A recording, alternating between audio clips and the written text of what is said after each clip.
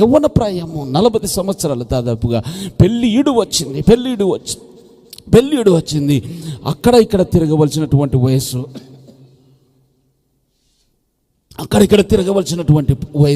తన కిందనే యవనస్తులు అనేకులు పనిగత్తలు ఉన్నారు. వారితో పని జరిగిస్తున్నట్టుగానే విచ్చలవిడిగా బ్రతకవచ్చు.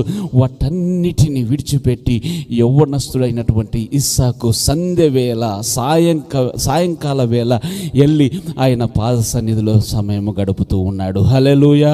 ఆదికాండం 24:63. ఆదికాండం 24. హల్లెలూయా. సాయంకాలమున ఇస్సాకు పొలములో ఎక్కడికి వెళ్ళాడు? ఏ సమయము? సాయంకాల సమయమున ఇస్సాకు పొలములో దేనికి వెళ్ళాడు? అందరు దేనికి వెళ్ళాడు? ధ్యానింప బయలువెళ్ళి. దేనికి వెళ్ళాడు? ధ్యానింప, ప్రార్థించడానికి వెళ్ళాడు. ఆయన సన్నిధిలో గడపడానికి వెళ్ళాడు. సాయంకాల వేళ ఎందుకు తెలుసా అండి? దిన ప్రారంభము, లేఖనానుసారముగా దిన ప్రారంభము, సాయంకాలము నుంచి దినము ప్రారంభించబడుతూ ఉంది కనుక ఇస్సాకు చేస్తున్నటువంటి పని ఏమిటంటే, నా దినము నా తండ్రితో ప్రారంభిస్తాను. హల్లెలూయా. నా దినము నా తండ్రితో ప్రారంభిస్తాను. సాయంకాల వేళ గమనించండి. పొలము పనులు చేసుకునేటువంటి వాళ్ళు, రైతు బిడ్డలకు, లేకపోతే ఆ యొక్క పొలం విషయం తెలిసినటువంటి వారికి అందరికీ తెలుస్తుంది. సాయంకాల వేళ ఇంటి నుంచి పొలములోనికి వెళ్ళే వాళ్ళు ఎంతమంది ఉంటారు? పొలము నుంచి ఇంటికి వస్తున్న వాళ్ళు ఎంతమంది ఉంటారు చెప్పండి? లేరా వ్యవసాయదారులు? పొలము నుంచి సాయంకాల వేళ ఇంటికి వచ్చేటువంటి వాళ్ళు ఎంతమంది ఉంటారు? ఇంటి నుంచి పొలం వైపు వెళ్ళే వాళ్ళు ఎంతమంది ఉంటారు?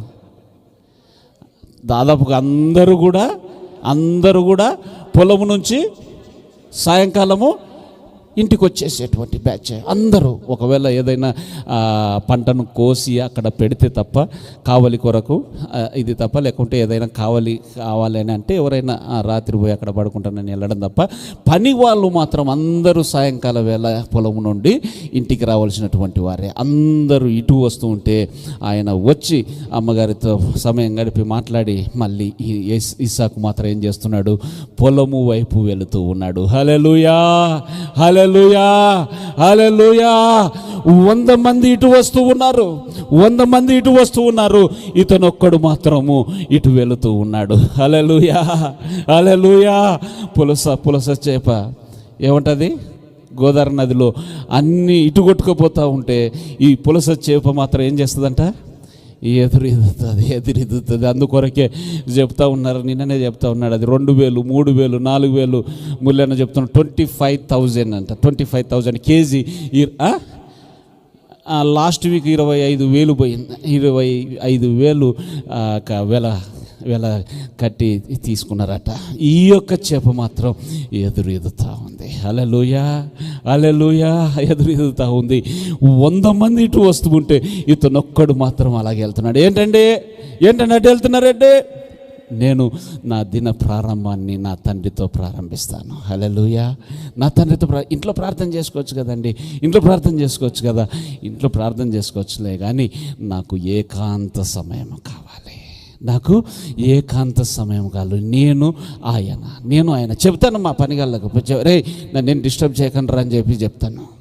వాడు అసలు కరెక్ట్గా అలాగ ప్రార్థనలో ఉంటున్నా, ఎన్నిసార్లు చెప్పినా వాడు పరిగెత్తుకుంటూ వచ్చి అయ్యా అది ఆ గొర్రె ఆ యొక్క ఎద్దు వాటర్ తాగట్లేదండి, అది తినట్లేదండి అని. అరే తినకపోతే నేనేం చేస్తాను, పోనీ ప్రార్థన తర్వాతనైనా వస్తాను రా అంటే వాడు ఇంటాడా? వాని మీద కోపపడి తిడదామంటే తండ్రి ప్రేమ అడ్డొస్తుంది. వాడిని ఏమనలేను, ఈ పెంట అంతా నాకెందుకు? పొలంలోనికి వెళితే ఎవరు అక్కడ ఉండరు కదా. హల్లెలూయా.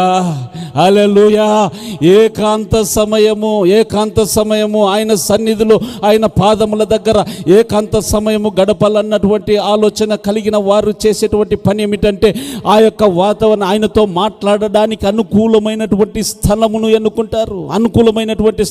ఎన్నుకుంటారు. ప్రార్థన చేస్తే మనకందరికీ తెలిసిపోవాలి. అందుకొరకు ఇక్కడ ప్రార్థన నువ్వు 2 నిమిషాలు ప్రార్థన చేయగానే అమ్మగారు వస్తారు. ఇదిగో చేసినావు కానీ వచ్చేసే వాటర్ పెట్టమన్నావు. ఆ వాటర్ పెట్టమనిది ఆయన అంటే ఇప్పుడంటే గీజర్లు వచ్చేసిన డైరెక్ట్ వస్తున్నాయి అనుకోండి. వాటర్ పెట్టమని చెప్పాడు. కాగింది ఒక 15 మినిట్స్ అనుకోండి. 12 నిమిషాల తర్వాత వెళ్ళిపోయి ప్రార్థనలో ఉంటాడు.